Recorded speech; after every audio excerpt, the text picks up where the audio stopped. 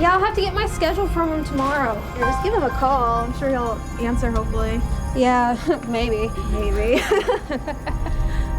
Your life would be so much easier if you got a car. Yeah, someday.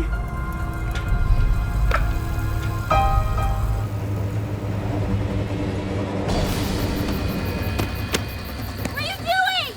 Stop! Stop! Get off! Just knowing those final moments that she had were so horrific was hard to deal with. I couldn't imagine who could take her life. I just couldn't. You don't want to be outsmarted by someone that commits a crime like this. I kept praying that I would get some good leads that would lead me to that killer.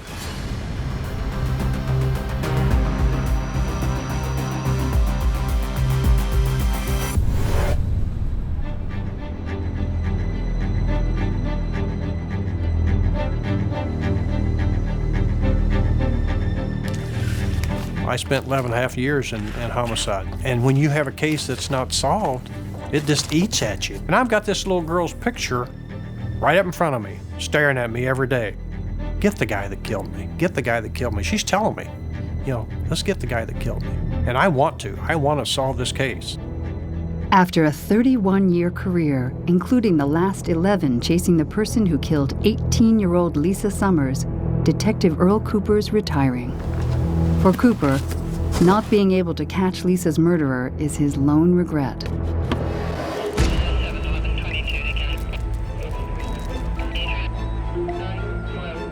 That was a 911 call that came in. First thing I came up on was a bicycle, and then I seen a backpack that had been spilled, stuff had been spilled out of that backpack, and then I walked over towards where the body was lying, and I noticed a bra and some clothes were laying off of the body, and the body appeared to be a white female.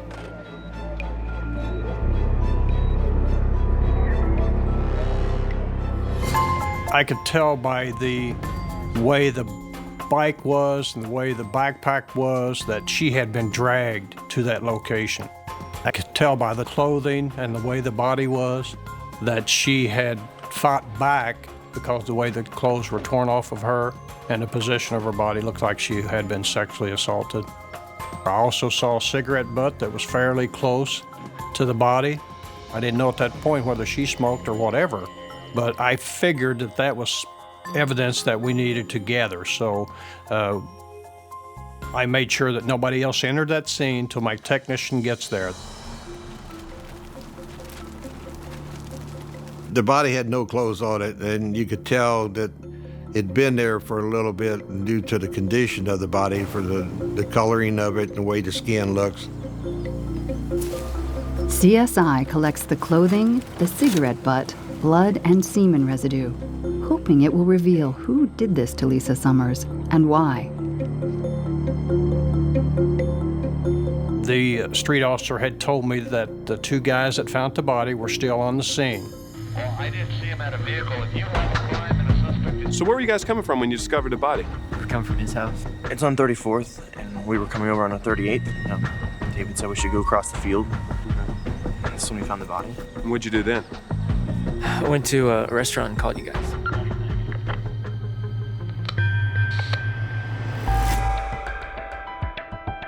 "15 years after Lisa's murder, the killer is still on the loose."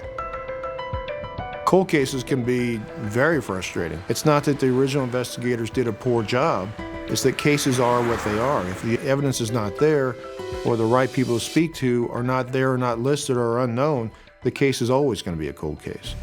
Sometimes time and technology can fill in the gap. So Indianapolis police start reviewing its unsolved murders.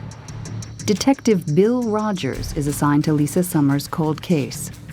A lot of times it's a personal issue. You don't want to be outthought or outsmarted by someone that commits a crime like this. And I made it my mission to catch the killer.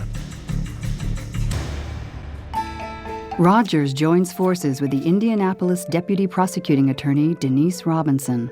Cold cases present, I think, some unique challenges for prosecutors. Part of it is making sure that you have witnesses who are not only available but have some recollection of the events. And we have some DNA testing we can do now that we couldn't do years ago. But other than that, it's putting together a puzzle where sometimes you don't have all the pieces to the puzzle. To know what pieces he's working with, Detective Rogers counts on the original lead investigator, now retired Earl Cooper. Lisa's mother's name was Dorothy Summers, and they lived in an apartment complex not too far from where the homicide actually occurred. I'm sorry to have to inform you of this, but we found your daughter's body this morning. It appears to be a homicide. I'm sorry. No.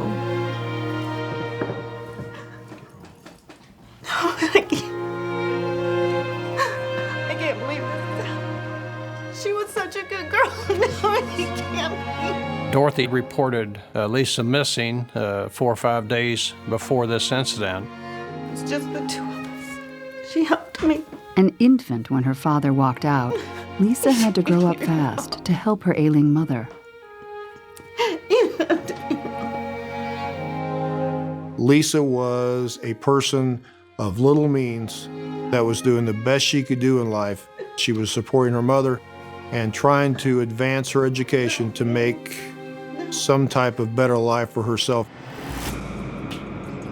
This case became personal for the fact that, in my opinion, Lisa was a true victim. She was doing the best that she could do with her limited skills and work opportunities. Lisa and her mother, as long as I had known them, were always just the two of them.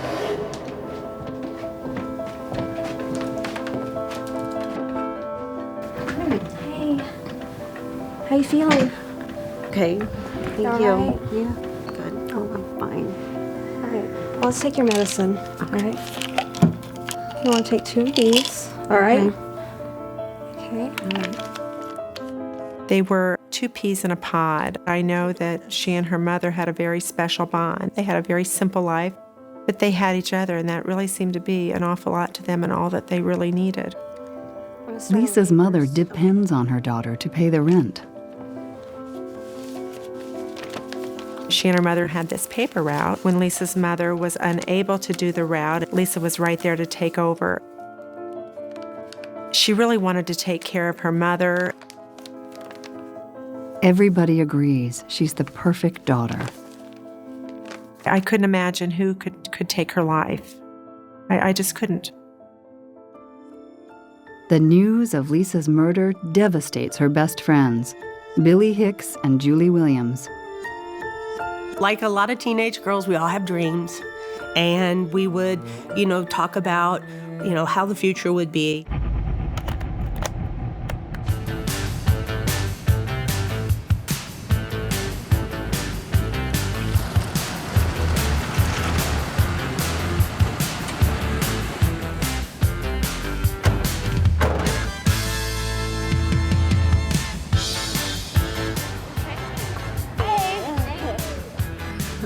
So, we were driving over here, we were talking about something. About what? We need to make a pledge. We need to always live in the same neighborhood. And have parties every weekend. and when we have kids, they'll always play together and do stuff. Friends forever? Mm-hmm. Friends forever. These dreams are all shattered when they hear the news of Lisa's murder.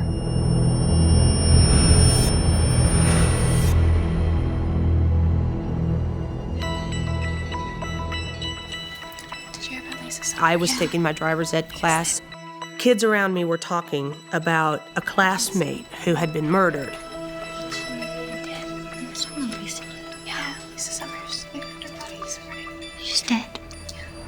How? Who did that to her? Learning that Lisa was not only dead, but that she was murdered. That someone had taken her life in a very violent fashion was definitely the hardest thing I've ever had to live through. Just knowing those final moments that she had were so horrific. believe she's gone. Billy and Julie wait for the day Lisa's killer is brought to justice. Like, best friend, you know?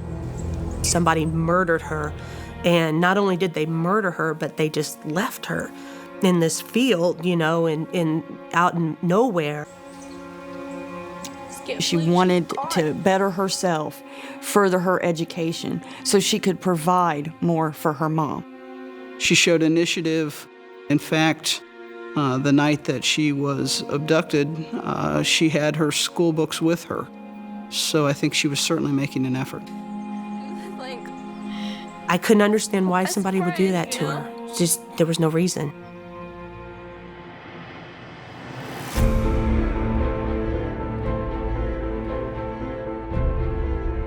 Cold cases are no different than the other cases. They just need that one bit of information that either leads to the right person or that one small piece of evidence that can link someone to the crime scene. Chasing that elusive, overlooked lead after 15 years, every discovery needs to be re-examined, starting with a death threat. Whenever there's a threat to kill that's been made in the police document, they need to investigate that to determine if that was a viable threat. That's certainly something that I would demand they do as a prosecutor.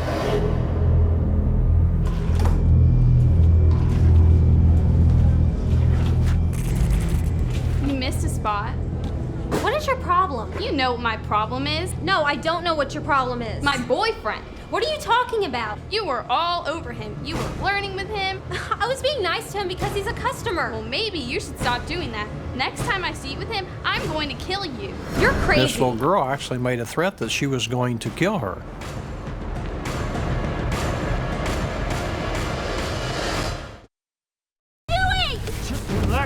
By December 2004, 15 years after the murder of 18-year-old Lisa Summers, the case remains open.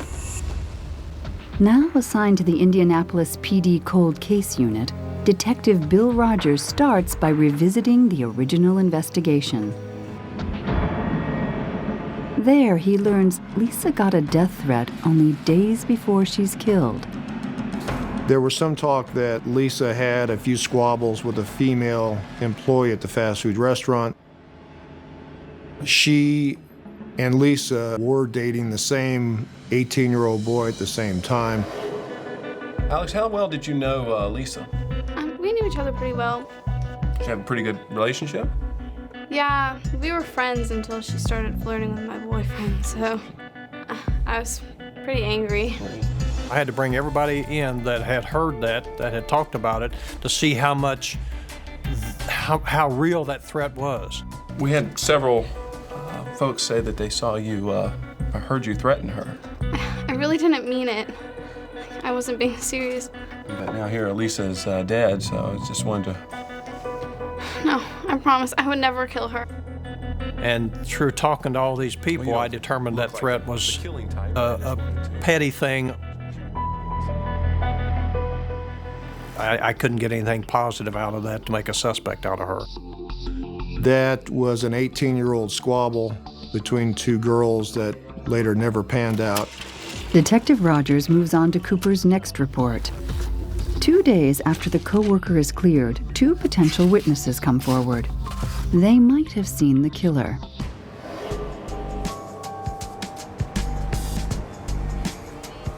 I received a phone call from a lady that stated that her daughter and her daughter's friend were broke down.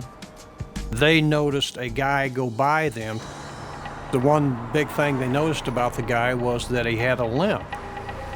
They gave me a description of this guy. They thought he was somewhere between 6 foot, 6'2", 150 to 160 pounds, longish, dirty brown hair. Shortly after they seen a young woman come by riding a bicycle, and she appeared to have a fast food restaurant shirt on. They said she was probably about 18 years old. They said when the girl caught up to the guy walking, he said something to her. And from that point, they started talking, and they disappeared over the other side of 465. When the girls gave me a description of the guy they seen with a limp. It reminded me of one of the two guys that had found the body had a bad limp. Cooper interviews the man with a limp, David Ashworth, about the night of Lisa's murder. We brought you in to ask you a few questions. Right, what do you need to know? Tell me about that night. I was hanging out with buddy Jim. We were hanging around, and he dropped me off at a bar at 34th Street. About what time did he drop you off? 11 or 10. I don't know. We were just hanging out. I didn't really check my watch a lot. And you said about 12:30 you guys left the bar? Mm-hmm. And where did you go then? I went home and was there the rest of the night. Who was at your house? Anybody? My wife, Diane. Ashworth, you willing to take a polygraph? Sure, no problem. I don't got anything to hide. He, in fact, did flunk the polygraph test. Now, the thing with the polygraph test is that the polygraph tests are not admissible in court. I knew at that point he was married. I had his address, I had his wife's name. I personally went to her house and talked to her. Mrs. Ashworth? Yes. I'm Detective Cooper. Do you mind if I ask you a few questions about your husband, David? I guess. Could you tell me what time he returned home on June the 15th?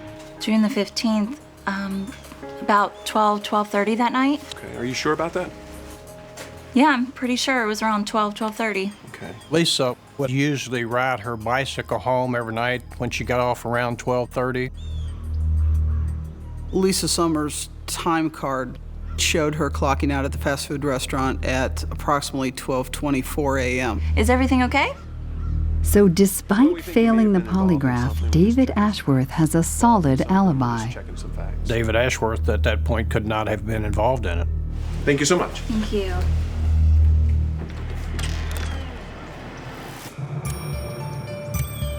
With Ashworth cleared as a suspect, Detective Rogers starts digging for possible motives behind the murder. He wonders, why would anyone want to kill Lisa Summers? Lisa was what we call a true victim. Lisa wasn't out slinging dope and selling stolen guns and doing robberies and things of that nature. Lisa did not deserve this by any means. Best friends Billy and Julie ask the same question. Why Lisa?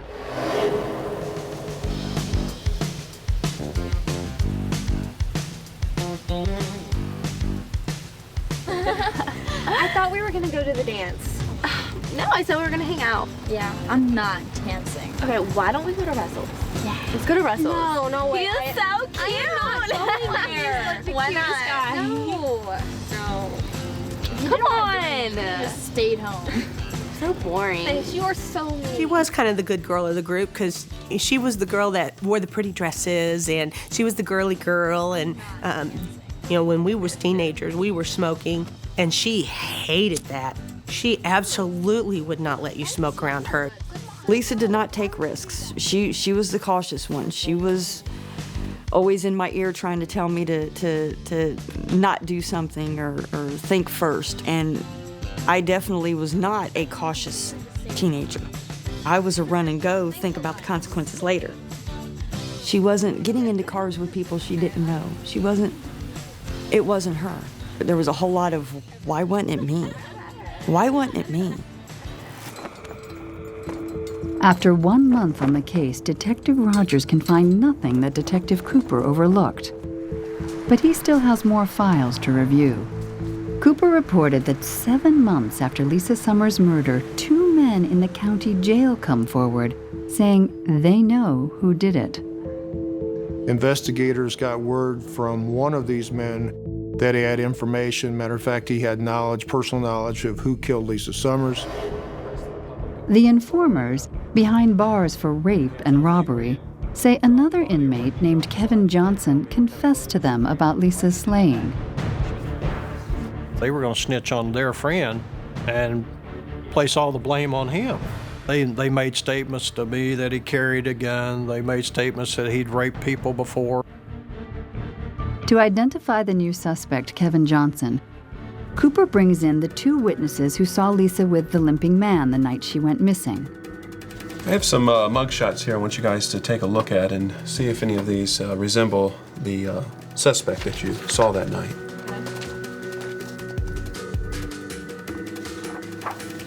The suspect. Him. You think so? That looks like him. Yeah, I think that's definitely the guy that we saw. So if I were to ask you guys to testify in court, are you 100% sure this is the guy? No, not 100% sure it looks like him, but... When my witness makes a statement to me that, yes, he looks like him, but I can't say for sure that that's him, it sort of fizzles out. You can't go anyplace else with it. Needing absolute certainty, Cooper presses the jailhouse snitches for details of the crime. They were admitting that they were present at the crime scene, and by indicating that a third person had been involved in actually killing Lisa, they were trying to work a deal with the state to lessen their charges. The police don't always put out 100% of their knowledge of a case to the public. And that's done because oftentimes only the killer and the police know very intimate facts about that case. That way, when a suspect is found and he or she confesses, we know that confession to be true if they give intimate knowledge of the scene that no one else could possibly know. We told you we were part of it. There was things that I knew that if they were involved, they should be able to tell me. All right, stop wasting our time. Tell us what we need to know. Where was the body dropped? Tell us what kind of clothes she was wearing. You're telling us only things that the public already knows. Cooper realizes the men have an ulterior motive. They were just trying to get their times cut from the sentence they had received in prison. For the Indianapolis detectives, another promising lead dries up, and Lisa Summers' case goes cold.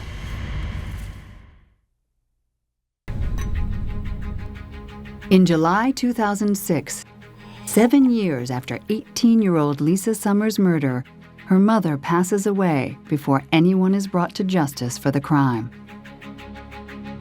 When I discovered that Lisa's mother, Dorothy, was no longer alive, I became very emotional, almost enraged, and knowing that, Dorothy went to her grave not seeing the man that murdered her daughter go behind bars. Investigators are equally troubled that after all this time, Lisa's killer still walks free. Because you have all the work of previous investigators to draw from, you have new technology to draw from, and you've got your input into this case, it's frustrating the fact that you get the same dead end. That same frustration has dogged Detective Earl Cooper well into his retirement.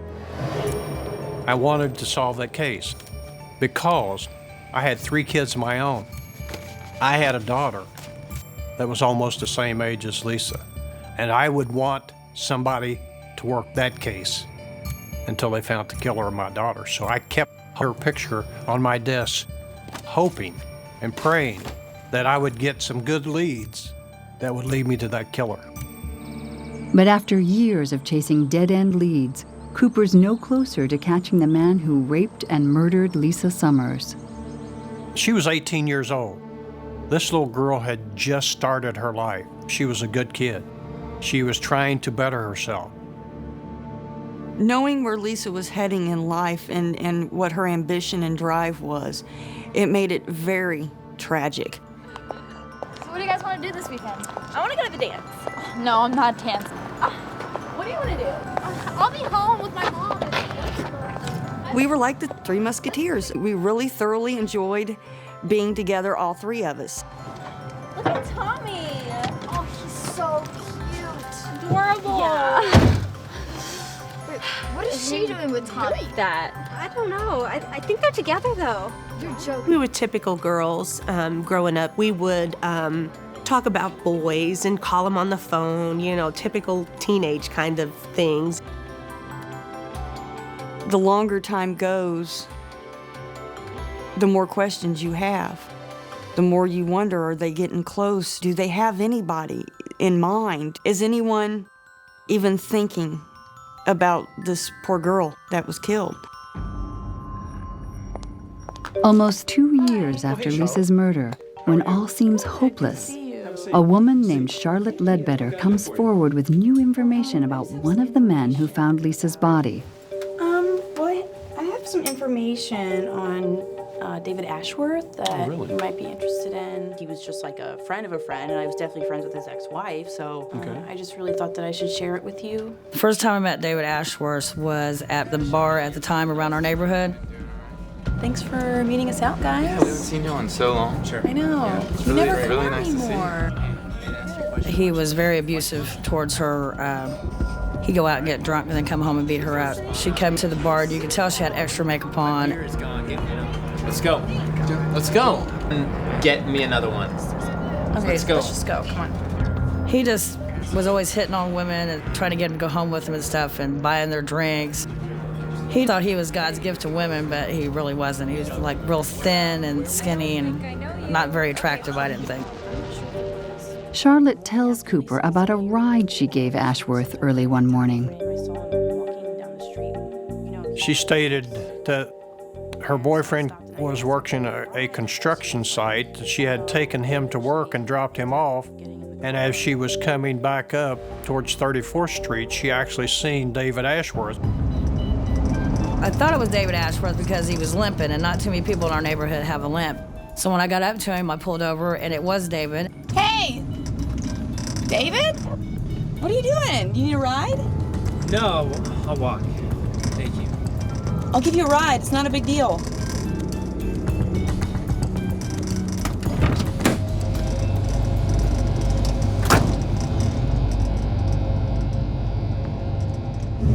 What happened to you?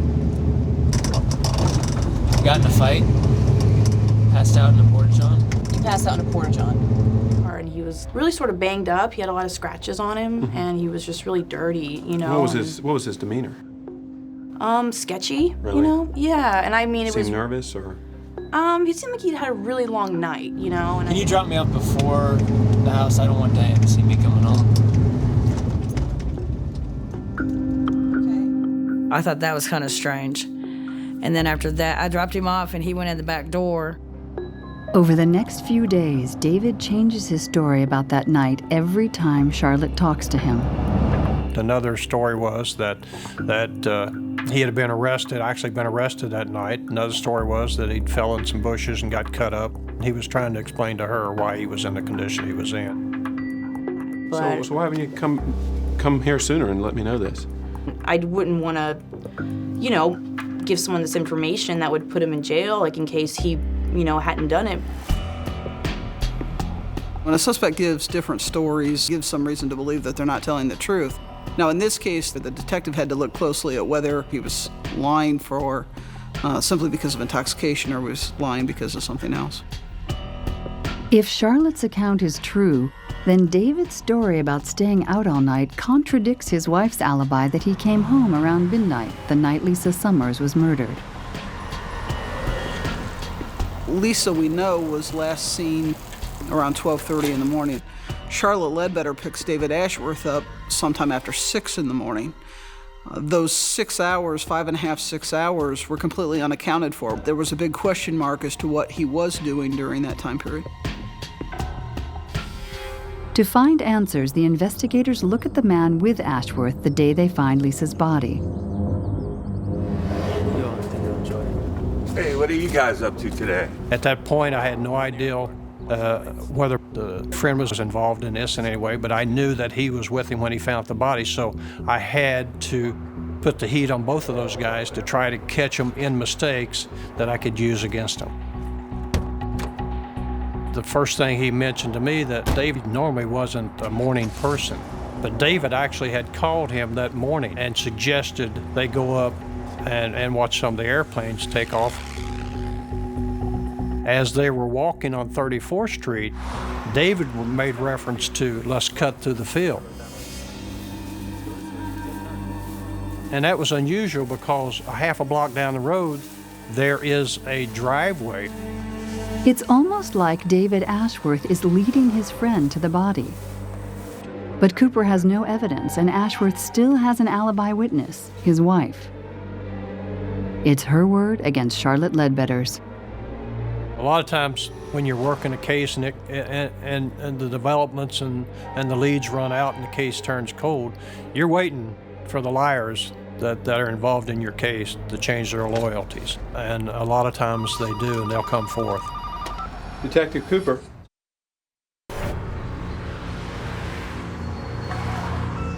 "16 years after the murder of teenager Lisa Summers, cold case detectives re-examine witness statements. One witness, Charlotte Ledbetter, points to David Ashworth. Detective Rogers double-checks his alibi in the case file. The original investigators, Detective Earl Cooper, talked to David's wife.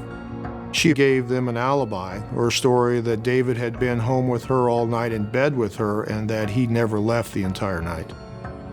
But later, she changes her story. Detective Cooper. After 3 years on the case, Detective Cooper learns that Ashworth and his wife divorce, and she moves out of state. Her new husband in Tennessee calls me, said, hey, she's got some stuff that she needs to tell you. She now doesn't have a threat from David. Now that liar can come forth and tell the truth. Really? Yeah, he came home around 7 the next morning. She did, in fact, lie for him out of fear. And he did, in fact, come home about 6:30 or 7 o'clock in the morning. What happened to you? David, what happened? I fell in a bush. You fell in a bush? There's Yes, I fell scratches in a... all over your... Hey, mind your own business. She was very suspicious of why he was all scratched up. Get away from me. Let's go. I thought that was going to break my case. I knew David Ashworth had lied to me in several statements. What Charlotte Ledbetter had told me proved to be true. Really? Detective Cooper has 2 witnesses refuting the suspect's version of events. But to build a solid case, he needs physical evidence to put David Ashworth at the crime scene. So Cooper turns to a relatively new and unproven technology. Part of that investigation by Detective Cooper was he asked David to consent to a blood draw and a saliva draw, which David Ashworth readily agreed to do. And then those were turned into the crime lab for further analysis. Ashworth's DNA gets compared to evidence from Lisa Summers' crime scene. I had physical evidence that was found in that field. There was a cigarette butt that we found. There was also semen that was found. I presented that to the crime lab for the technician to do a DNA test. DNA testing was in its very early forms. It was very expensive to do, and it was very difficult to get good results. Hey man, how's it going? Hey, how you doing? The test results came back inconclusive. I checked everything. Everything that was submitted. And she laid out there for 4 or 5 days, so we just couldn't get a good sample. Not the news I was looking for. We just did not have enough to prove beyond a reasonable doubt at that point that David Ashworth was the killer of Lisa Summers. I had sat down a couple times and presented what I had to the prosecutor's office, but you have to be able to take that case into court. You have to be able to win that case because there's double jeopardy. You can't try that person again.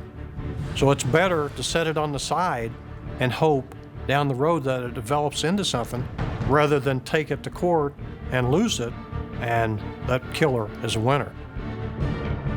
So I set it aside with regret. I set it aside. Lisa's best friends, Billy and Julie, fear Lisa's case will never get solved. You know, I don't want to say I gave up that they would find someone. I just came to terms with the longer it was, the less of a chance that they were going to arrest anyone for it. As the years went on, I'd get on the computer and I'd do a search and see if there was any information. Maybe they did find out who did it and I just missed it in the newspaper or whatnot. It was really frustrating not having that closure. Lisa's memory comes back to me all the time. Graduation, proms, dances, parties for our children that Billy and I have. Just girls' night out is something that every time it happens, we miss her. She should be there with us. It was a Three Musketeers. It wasn't supposed to be just a duo. There were supposed to be three. Then 15 years after Lisa's murder, Billy has a vivid dream. I was walking with a tray of food, and she was sitting across the way. Lisa, I thought you were dead. Well, no, silly. I'm sitting right here, aren't I? And I had considered, after that dream, calling the sheriff's office to see if any information had come up, if anybody had taken responsibility. If Billy called, she would have learned that she isn't alone. Detective Rogers is also haunted by thoughts of Lisa. It was then that I started to go through evidence that was collected originally at the crime scene. And I noticed a couple of items that had not been submitted for testing, specifically her bra. Thank goodness that the original investigators and the crime lab personnel knew to package this evidence and secure this evidence in a way that someday will be able to be looked at again. Okay, all right. Well, let's send it to the lab, and All maybe we'll come up with something. All right. DNA had come a long way from 1989. It took a much, much smaller sample of skin tissues, saliva, blood samples, things of that nature to be tested. 2 weeks later, Detective Rogers gets a call from the crime lab. The DNA results are the last chance to nail Lisa Summers' killer. Is the answer worth the wait? Hey. Hey, officer. So, guess what? What? Tell me. Don't keep me waiting. We got a hit on David Ashworth leaving a blood sample in the inside portion of Lisa Summers' bra. More than 16 years after 18-year-old Lisa Summers is murdered, her cold case is finally solved. Of course, I was ecstatic. I was very happy. The Indianapolis Crime Lab finds DNA consistent with David Ashworth's on a microscopic bloodstain on Lisa's bra and on the cigarette butt. Bill Rogers had called me and said, we resubmitted your evidence for DNA testing. And he said, we got 2 hits. And guess who we got the 2 hits on? I said, David Ashworth. He said, yeah. He said, David Ashworth is our killer. I was happily stunned because that was what I wanted out of this case. I wanted to put this case to rest. I wanted to let that family know that I would never forgot about them. DNA, while it doesn't tell us who committed a crime necessarily, it can tell us who was present at a particular crime scene. So DNA in a case like this certainly links David Ashworth to a crime scene that he didn't want to be linked to. When I got the results that David Ashworth had left a DNA sample, i.e. a microscopic blood drop on the inside of Lisa Summers' bra, I still wanted to interview him and talk to him about those specific things. Problem is, David Ashworth left Indiana years ago, so Detective Rogers has to track him down. I flew to Lakeland, Florida. I had done some investigation and found that David was living down there. He was working for an irrigation company. I contacted the Polk County Sheriff's Department, their homicide unit, and asked for some help in going out to pick up David. Are you David Ashworth? Yeah? I'm Detective Rogers. This is Detective Johnson. Just about that girl from Indianapolis? And I said, as a matter of fact, it is. Miss Ashworth, you want to come with us downtown? Tell us about it? Tell us what you know? I already gave my side of the story 16 years ago, but whatever. We take him into the Polk County Sheriff's Department. We chit-chat for a bit. I wanted to ask him some very specific questions, and primarily... How close were you to the body? I never got closer than 10 or 15 feet. Right. Is there any reason why your blood would be found at the crime scene? No, I couldn't stand the smell. I didn't want to look at her. I certainly didn't touch anything. I slid over the documentation I had from the DNA lab, which stated that David's DNA was the major contributor for the sample found on the bra and the cigarette butt. I can tell you that your test is wrong because it wasn't me. I understand. And that was pretty much the end of the interview. Although he denies his involvement, the DNA evidence is overwhelming. Nearly 2 years after Lisa Summers' cold case is reopened, David Ashworth is finally charged with her murder. Part of the challenge in the case was making sure these witnesses stayed on board.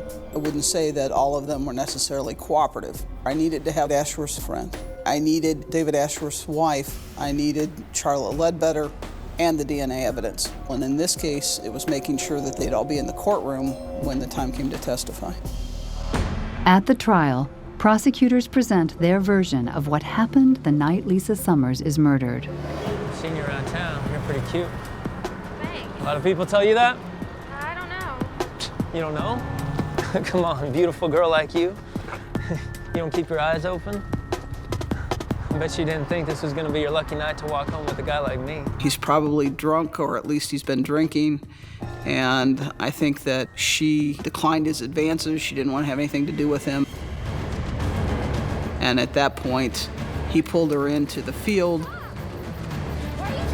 She's resisting him, she's fighting back, she's clawing him, and... Shut up. Stop it! I said shut up! He strangles her.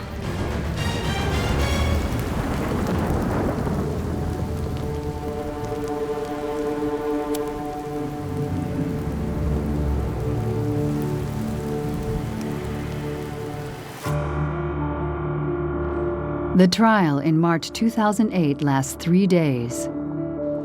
Lisa's neighbor, Donna Cruz, attends. I had tears in my eyes, and I even said a little prayer in Thanksgiving, just that I know Lisa and Dorothy were together, and I wanted to be there for Lisa. And I wanted to be there for Dorothy, Lisa's mother, because I too have a daughter, and you know, you never want any harm to come to your children. And I wanted to be there for all mothers. I felt like justice needed to be served here to someone who had taken a human life.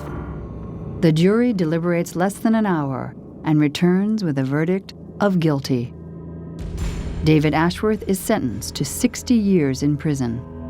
I was overjoyed that we've solved another one. We've taken another bad guy off the street. For Lisa's friends, there's just one thing left to do. During all the years that it was a cold case, I only went out to the cemetery a couple of times. There's something there that says Lisa was a part of this world. Somebody cared about her. It's a bittersweet thing for me because this was, you know, my best friend. We'll never forget her. That's the only way to keep her alive, is to keep the stories and the memories going. Lisa will always be loved, and she'll always be missed.